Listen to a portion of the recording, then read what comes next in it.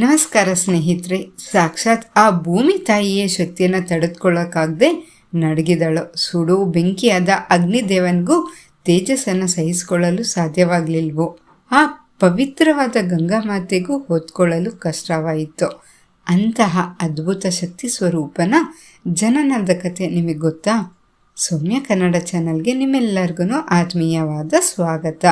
ಇಂದು ನಾನು ನಿಮಗೆ ರಾಮಾಯಣದಲ್ಲಿ ವಿಶ್ವಾಮಿತ್ರ ಮುನಿಗಳು ಹೇಳಿದ ಅತ್ಯಂತ ಪುಣ್ಯದಾಯಕವಾದ ಷಣ್ಮುಖೋತ್ಪತ್ತಿ ಅಂದರೆ ನಿಮ್ಮೆಲ್ಲರ ಇಷ್ಟ ದೈವ ಸುಬ್ರಹ್ಮಣ್ಯ ಸ್ವಾಮಿಯ ಜನನದ ರೋಚಕ ಕಥೆಯನ್ನು ಹೇಳ್ತಾ ಇದ್ದೀನಿ.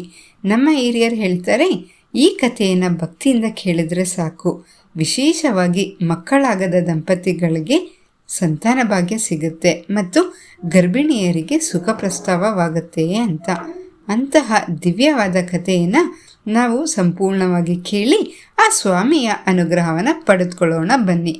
ಮನ್ಮಥ ದಹನ ಆದಮೇಲೆ ಶಿವ ಮತ್ತು ಪಾರ್ವತಿಯರ ಮದುವೆ ತುಂಬನೇ ವಿಜೃಂಭಣೆಯಿಂದ ನಡೆಯುತ್ತೆ. ನವದಂಪತಿಗಳಾದ ಅವರು ಕೈಲಾಸದಲ್ಲಿ ಸುಮಾರು 100 ದಿವ್ಯ ವರ್ಷಗಳ ಕಾಲ ಏಕಾಂತದಲ್ಲಿ ಕಳೀತಾರೆ. ಇತ್ತ ದೇವಲೋಕದಲ್ಲಿ ದೇವತೆಗಳಿಗೆ ಒಂದು ದೊಡ್ಡ ಭಯ ಶುರುವಾಗುತ್ತೆ. ಅದೇನಪ್ಪ ಅಂದರೆ, ಲಯಕರ್ತನಾದ ಪರಮಶಿವ ಮತ್ತು ಆದಿಶಕ್ತಿಯಾದ ಪಾರ್ವತಿ ದೇವಿಯ ಮಿಲನದಿಂದ ಹುಟ್ಟೋ ಮಗು ಇನ್ನೆಷ್ಟು ಶಕ್ತಿಶಾಲಿಯಾಗಿರ್ಬೋದು. ಆ ಮಗುವಿನ ತೇಜಸ್ಸನ್ನು ಈ ಭೂಮಿಯಾಗಲಿ ಅಥವಾ ದೇವತೆಗಳಾಗಲಿ ತಡೆದುಕೊಳ್ಳಲು ಸಾಧ್ಯವೇ? ಆ ಶಕ್ತಿಯಿಂದ ಜಗತ್ತೇ ನಾಶವಾಗಬಹುದೇನೋ ಎಂಬ ಚಿಂತೆ ದೇವರುಗಳಿಗೆ ಕಾಡತೊಡಗಿತು. ಈ ಭಯದಿಂದ ದೇವತೆಗಳೆಲ್ಲರೂ ಓಡೋಗ್ಬಿಟ್ಟು ಶಿವನನ್ನು ಪ್ರಾರ್ಥಿಸ್ತಾರೆ. ಓ ಮಹಾದೇವ, ನಿಮ್ಮಿಬ್ಬರ ತೇಜಸ್ಸಿನಿಂದ ಹುಟ್ಟೋ ಮಗುವಿನ ಶಕ್ತಿಯನ್ನು ಧರಿಸೋ ಶಕ್ತಿ ಈ ಜಗತ್ತಿಗಿಲ್ಲ. ಆದ್ದರಿಂದ ದಯವಿಟ್ಟು ಲೋಕ ಕಲ್ಯಾಣಕ್ಕಾಗಿ ನೀವು ಈ ಸಂತಾನವನ್ನು ಪಡಿಬೇಡಿ ಎಂದು ಬೇಡಿಕೊಳ್ತಾರೆ. ಲೋಕದ ಹಿತಕ್ಕಾಗಿ ಶಿವನು ಇದಕ್ಕೆ ಒಪ್ಕೊತಾರೆ. ಆದರೆ ಶಿವನಿಂದ ಆಗ್ಲೇ ಹೊರಹೊಮ್ಮಲು ಸಿದ್ಧವಾಗಿದ್ದ ಆ ಅತ್ಯುಗ್ರಹವಾದ ದಿವ್ಯ ತೇಜಸ್ಸನ್ನು ಎಲ್ಲಿ ಬಿಡೋದು ಎಂಬ ಪ್ರಶ್ನೆ ಬರುತ್ತೆ. ಆಗ ದೇವತೆಗಳ ಸಲಹೆಯಂತೆ ಶಿವನು ಆ ದಿವ್ಯ ಶಕ್ತಿಯನ್ನು ಭೂಮಿಗೆ ನೀಡ್ತಾನೆ. ಆದರೆ ಆಶ್ಚರ್ಯ, ಭೂಮಿ ದೇವತೆಗೂ ಅದರ ಶಾಖ ತಡ್ಕೊಳ್ಳೋಕ್ಕಾಗೋದಿಲ್ಲ. ಅವಳು ಅದನ್ನು ಅಗ್ನಿದೇವನಿಗೆ ನೀಡ್ತಾಳೆ. ಆಗ ಸಾಕ್ಷಾತ್ ಅಗ್ನಿದೇವತೆಗೂ ಆ ತಾಪವನ್ನು ಸಹಿಸಲು ಸಾಧ್ಯವಾಗದೆ ಆತ ಅದನ್ನು ಪವಿತ್ರವಾದ ಗಂಗಾ ನದಿಯಲ್ಲಿ ಬಿಡ್ತಾನೆ. ಗಂಗೆಯು ಆ ದಿವ್ಯ ತೇಜಸ್ಸನ್ನು ತನ್ನ ಪ್ರವಾಹದಲ್ಲಿ ಹೊತ್ಕೊಂಡು ಹೋಗಿ ಹಿಮಾಲಯದ ತಪ್ಪಲಿನಲ್ಲಿರೋ ಶರವಣ ಎಂಬ ದರ್ಬೆಯ ಹುಲ್ಲಿನ ವನದಲ್ಲಿ ಸುರಕ್ಷಿತವಾಗಿ ತಲುಪಿಸ್ತಾಳೆ.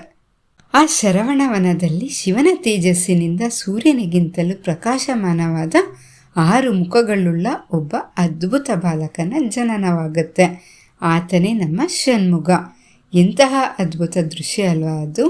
ಅದೇ ಸಮಯಕ್ಕೆ ಅಲ್ಲಿಗೆ ಸ್ನಾನ ಮಾಡಲು ಬಂದ 6 ಮಂದಿ ಕೃತಿಕಾ ದೇವತೆಯರು ಆ ಮುದ್ದು ಮಗುವನ್ನು ನೋಡಿ ತಾಯ್ತನದ ಪ್ರೀತಿಯಿಂದ ಹಾಲುಣಿಸಿ ಪೋಷಿಸ್ತಾರೆ.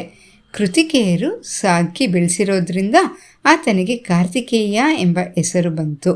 ಗಂಗೆಯಲ್ಲಿ ಸಾಗಿ ಬಂದಿದ್ದರಿಂದ ಗಾಂಗೆಯ, ಶರವಣವನದಲ್ಲಿ ಹುಟ್ಟಿದ್ದರಿಂದ ಶರವಣ ಭವ ಎಂದ ಇಂತಹ ಅನೇಕ ಹೆಸರುಗಳಿಂದ ಸ್ವಾಮಿಯನ್ನು ಕರೀತಾರೆ. ಇಲ್ಲಿ ಒಂದು ಮುಖ್ಯವಾದ ವಿಷಯ ನಡೆಯುತ್ತೆ. ದೇವತೆಗಳು ಬಂದು ತಡೆದಿದ್ದರಿಂದ ತನಗೆ ನೇರವಾಗಿ ಮಗುವನ್ನು ಪಡೆಯೋ ಭಾಗ್ಯ ಇಲ್ಲವಾಯ್ತಲ್ಲ ಎಂದು ಜಗನ್ಮಾತೆ ಪಾರ್ವತಿಗೆ ವಿಪರೀತ ಕೋಪ ಮತ್ತು ದುಃಖವಾಗುತ್ತೆ. ಆ ಕೋಪದಲ್ಲಿ ದೇವಿ ಒಂದು ಶಾಪ ನೀಡ್ತಾಳೆ. ನನಗೆ ಪುತ್ರ ಭಾಗ್ಯ ಇಲ್ಲದಂತೆ ಮಾಡಿದ ದೇವತೆಗಳೇ, ಇಂದಿನಿಂದ ನಿಮಗೂ ನಿಮ್ಮ ಪತ್ನಿಯರ ಮೂಲಕ ಮಕ್ಕಳಾಗದಿರಲಿ ಎಂದು ಶಪಿಸ್ತಾಳೆ. ಇತ್ತ ಲೋಕಕಂಟಕನಾಗಿದ್ದ ತಾರಕಾಸುರನನ್ನು ಸಂಹರಿಸಲು ಶಿವನ ಮಗನೇ ಬೇಕಿತ್ತು. ಬಾಲಸುಬ್ರಹ್ಮಣ್ಯನು ದೇವತೆಗಳ ಸೇನಾಧಿಪತಿಯಾಗ್ತಾನೆ.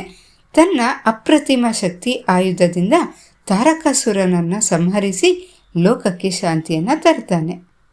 ಸ್ನೇಹಿತರೆ, ವಾಲ್ಮೀಕಿ ರಾಮಾಯಣದಲ್ಲಿ ಬರೋ ಈ ಷಣ್ಮುಖೋತ್ಪತ್ತಿ ಕತೆ ಅತ್ಯಂತ ಶಕ್ತಿಶಾಲಿ.